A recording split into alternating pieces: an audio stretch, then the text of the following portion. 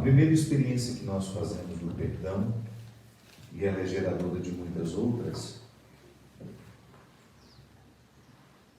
e aliás eu acho que sem ela é muito difícil a gente perdoar alguém, é a gente aprender a se perdoar. Você precisou muitas vezes fazer isso. Quantas vezes você errou nas suas escolhas? Quantas vezes você não fez o que você sabia que seria o certo fazer? E quantas vezes você se martirizou por isso? Eu acho interessante toda vez que o discurso religioso é confirmado pelas ciências que procuram entender a condição humana. A psicologia, por exemplo, ela nos diz, ela nos ensina, ela sugere que para uma pessoa viver de forma harmoniosa, ela tem que reintegrar toda a sua história passada no seu presente. O que é a reintegração? Não é outra coisa senão a experiência do auto-perdão. De você olhar para aquilo que você escolheu errado e você não se martirizar por isso. Os erros não podem se tornar para nós uma fonte de sofrimento eterno. Não. Só faz sentido sofrer naquele momento, porque isso é humano. Eu não tenho como dizer, não estou nem aí para aquilo que eu fiz de errado. Não. Ocorre-nos o sentimento de desconforto. Eu errei numa escolha, aí eu fico martirizando, meu Deus, por que eu não tive mais lucidez? Por que eu não fechei a porta? Por que eu não abri a porta? São tantos são tantos. E depois que está irremediavelmente acontecido, não tenho como alterar o passado, a opção mais inteligente é você ficar em paz, conviver melhor com as escolhas erradas que você fez. Claro, não somos ingênuos. Há escolhas que nós fizemos que, dependendo do grau de complexidade dela, ela vai gerar muitas consequências na nossa vida. Mas a gente só vai lidar bem com as consequências das escolhas erradas se nós estivermos dispostos a viver a reconciliação diária com isso. Tá bom. Eu não soube escolher, eu não soube fazer o que era certo, e está tudo bem agora. Eu estou em paz comigo. É aquela experiência que você tem de derramar serenidade e perceber o que você pode alterar positivamente na consequência dos erros. Eu não tenho como alterar o passado. Isso é um fato. Você não tem como alterar as escolhas erradas que você fez até hoje. É um fato. Ficar martirizando toda vez que você deita a cabeça no travesseiro, ficar ali remoendo, ai meu Deus, por que eu fiz isso, por que eu fiz aquilo, por que eu permiti que acontecesse assim, não muda o fato. Não há nada que possa nos atormentar mais e que seja uma expressão tão viva do nosso desamor do que quando ficamos remoendo o passado que não podemos alterar. Isso chama-se culpa. Culpa é um sentimento naturalmente destrutivo. E eu lamento que nós, religiosos, numa tentativa de acertar, colocamos tanta culpa no coração do nosso povo.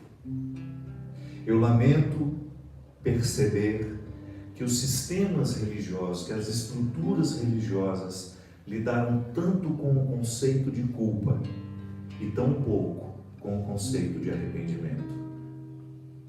Porque culpa paralisa, martiriza.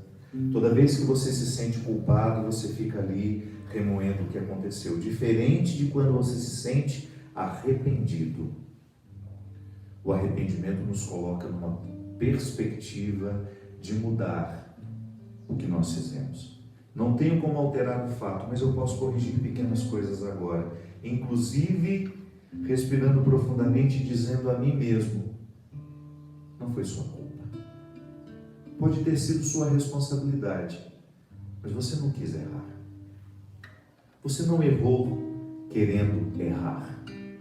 De alguma forma, ou movido pelas paixões que nos emburrecem, ou pela vaidade que nos torna loucos, em algum momento nós provocamos consequências negativas, mas nós não queríamos errar.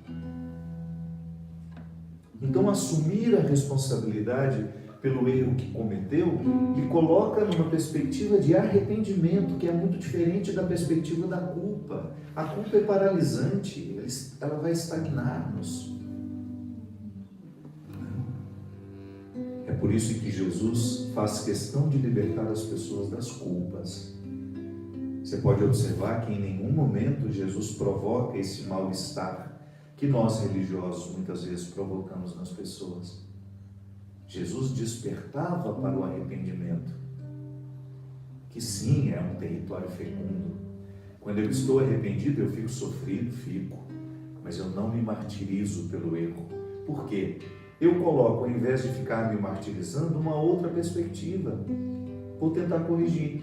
Então, se eu errei com a Tânia, ao invés de me sentir culpado, eu quero me sentir arrependido. E vou mudar o meu jeito de ser com ela, vou qualificar cada vez mais a minha maneira de ser com ela. É diferente. Eu sei que você tem muita culpa dentro do coração, eu tenho. Quantas vezes eu deito na cabeça do meu travesseiro, vou dormir e fico me culpando por coisas que aconteceram há 20 anos, como se eu tivesse hoje condições de alterar isso, me sentindo culpado. É por isso que eu gosto de dizer sempre, a culpa é um instrumento diabólico. Quem manuseia a culpa não é Deus, é o diabo, que adora nos colocar contra nós mesmos. Se tem uma artimanha que o diabo sabe lidar e fazer bem, é colocar você contra você. Quando ele alimenta a sua inimizade interior, ele ganha espaço. Você fica mais diabólico. Quando nós estamos movidos pela culpa, a gente tem uma tendência de fazer a mesma coisa com as pessoas. Eu estou me sentindo culpado, eu me sinto martirizado pela minha culpa, então eu não quero ver ninguém feliz ao meu lado. Pode observar, uma pessoa que tem complexo de culpa, que vive sob a doma da culpa, tem uma facilidade enorme de infelicitar quem vive com ela, de amargurar a vida das outras pessoas, porque no fundo ela carrega um fardo terrível, coitada, que ela nunca tornou consciente. Ela nunca tornou-se consciente de que, alimentando aquela culpa, ela se transforma numa pessoa infeliz e ela deixa de suportar a felicidade dos outros. Para mim, esse é um termômetro de conversão. Você se alegra com a alegria dos outros? Se eu não me alegro com a alegria dos outros, pode ser que eu esteja me sentindo culpado pelos erros que eu cometi. Pode ser que eu esteja sendo domado ainda, conduzido pelos sentimentos nocivos que a culpa provoca dentro de mim. Agora não. Se eu me sinto reconciliado com os erros que eu cometi e falo deles com naturalidade, a gratidão invade o meu coração.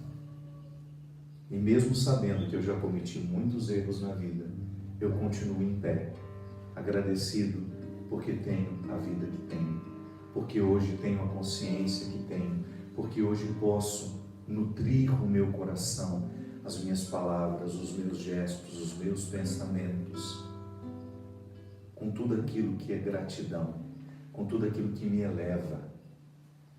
A culpa me joga ao fosso dos infernos. O arrependimento me leva às grandezas do céu. Por isso hoje nós queremos pedir perdão a Deus assim, tentando identificar tudo aquilo que em nós ainda é culpado e ainda não está arrependido. Como é que você vai saber que fez a transição da culpa para o arrependimento? Se você tiver condições de se perdoar pelo acontecido e deixar de se martirizar pelos erros do passado. Diga a você mesmo. Olha no espelho, identifica a sacralidade que lhe habita, este Deus que fala com você o tempo todo através da sua própria voz, através do seu pensamento, dos seus sentimentos. Tente identificar quando é o diabólico que está falando com você, lhe fazendo se sentir culpado, lhe fazendo se sentir a pior pessoa do mundo. Se líderes religiosos com seus discursos, tantas vezes preconceituosos, moralistas, lhe fazem se sentir sem lugar no mundo, deixe de ouvir isso. Ouça o Deus que lhe habita.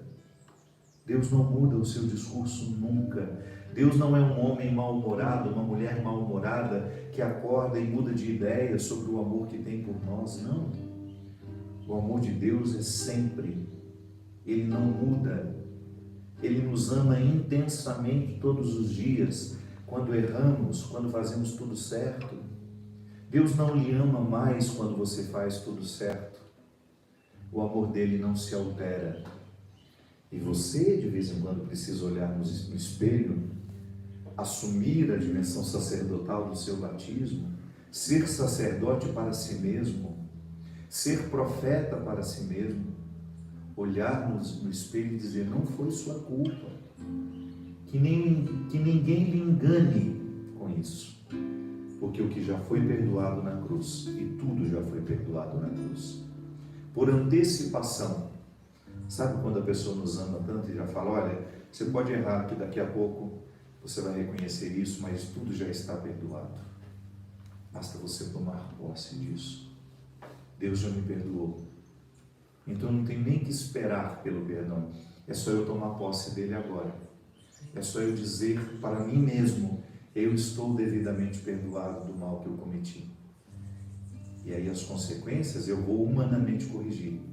Se eu roubei, eu vou devolver. Se eu falei mal, eu vou pedir perdão e tentar consertar, porque falei mal. Eu vou procurar fazer tudo o que humanamente for possível para que o meu arrependimento provoque em mim o bem-estar. Ele provoque bem-estar também por onde eu passei fazendo mal. Portanto, não foi tua culpa. Todos os erros que você cometeu na sua vida, você não queria cometê-los. De alguma forma você tentava acertar. E às vezes você precisa ouvir isso. Quantas vezes você se maltratou? Quantas vezes você foi o seu próprio algoz? Quantas vezes você se machucou com acusações injustas? Quantas vezes você perdeu o sono porque você não era capaz de olhar para si mesma, para si mesmo, com um pouco mais de misericórdia, com um pouco mais de paciência, com um pouco mais de amor? Nem sempre a gente acerta. Não é só você. Eu erro toda hora, mas eu não desisto. Porque Deus que me habita não desiste de mim. E não faz sentido eu desistir agora.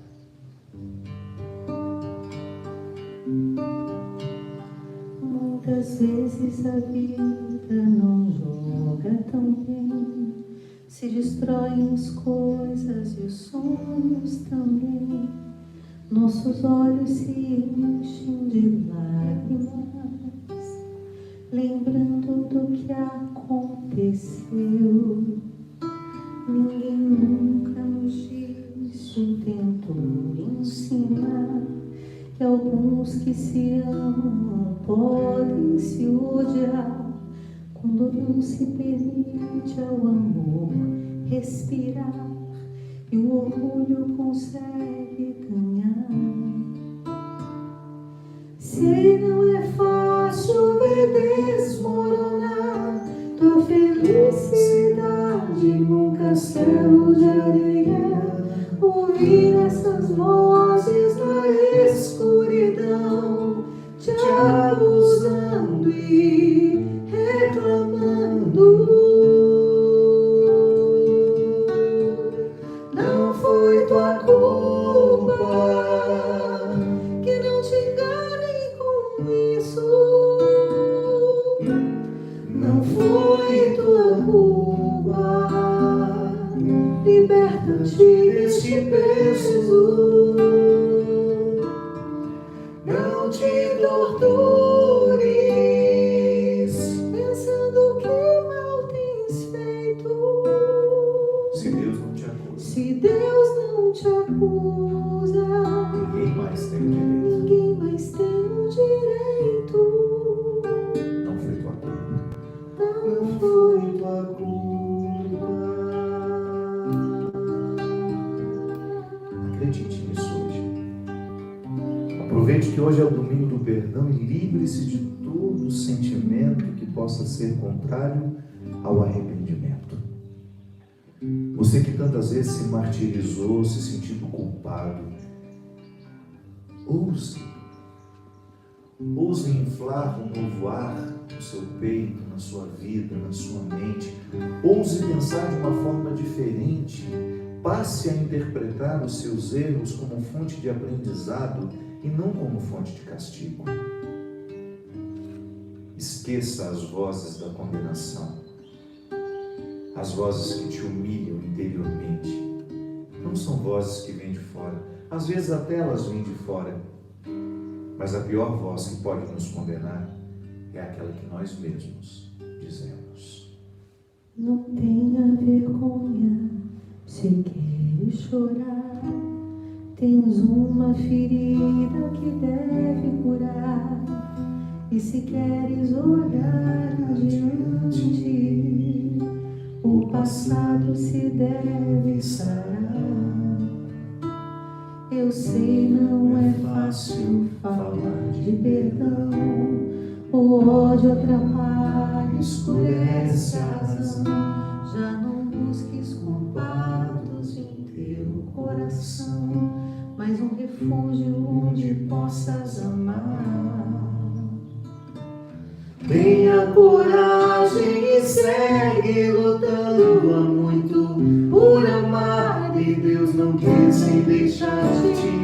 Se andam falando que a história acabou, a verdade é outra, apenas está começando. Não foi tua culpa e não te enganem com isso. Não foi tua culpa, liberta-te deste peso. Não te tortures, pensando que mal tens feito. Se Deus não te acusa, ninguém mais tem o direito. Tens mais uma chance de ser feliz. Ainda podes dizer ao amor. Tens mais uma chance de ser feliz. Ainda podes dizer ao amor que sim.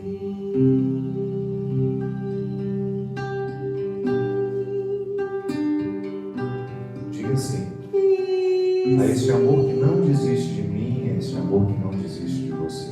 Diga sim. Se tantas vezes você ouviu vozes que lhe condenaram pela sua condição, por aquilo que você é tão triste quando nós somos condenados, não pelo que nós fazemos, mas por quem nós somos. Quantas pessoas escutam esse discurso pavoroso? São condenadas por serem quem são. Deus jamais faria isso. Ele nos conhece. Ele sabe as lutas que nós travamos todos os dias. Ele sabe muito bem onde é que estão as suas fragilidades. E tudo o que Ele quer é que você seja capaz de viver confortável em si mesmo. Em si mesmo. Lutando para lapidar os defeitos que de fato prejudicam a nossa humanidade. Sim, desvie desvios de caráter, desonestidade, mentira, falsidade. Tudo isso de fato nos prejudica. E nós precisamos ter coragem de tocar nessas feridas para transformá-las em virtudes. Mas quando alguém condena quem a gente é, isso é tão diabólico, isso é tão antirreligioso. Por isso hoje nós queremos pedir a Deus que nos ajude a esquecer todas as vozes que nos fizeram acreditar que nós éramos um projeto errado, que Deus errou com a gente. Deus não errou comigo, Deus não errou com você. E a única coisa que de fato nós precisamos transformar em nós é aquilo que nos afasta da nossa verdade, da nossa essência divina. Se eu sou um homem mentiroso, eu preciso corrigir em minha mentira. Se eu sou um homem ciumento, eu preciso corrigir em mim o ciúme. Se eu sou um homem desonesto, eu preciso corrigir em minha desonestidade. Se eu sou um homem maldoso, eu preciso retirar a maldade do meu coração, para que eu seja essencialmente bom como Deus me fez. Peçamos perdão por todas as vezes que nós exercemos essa crueldade com a gente e com os outros.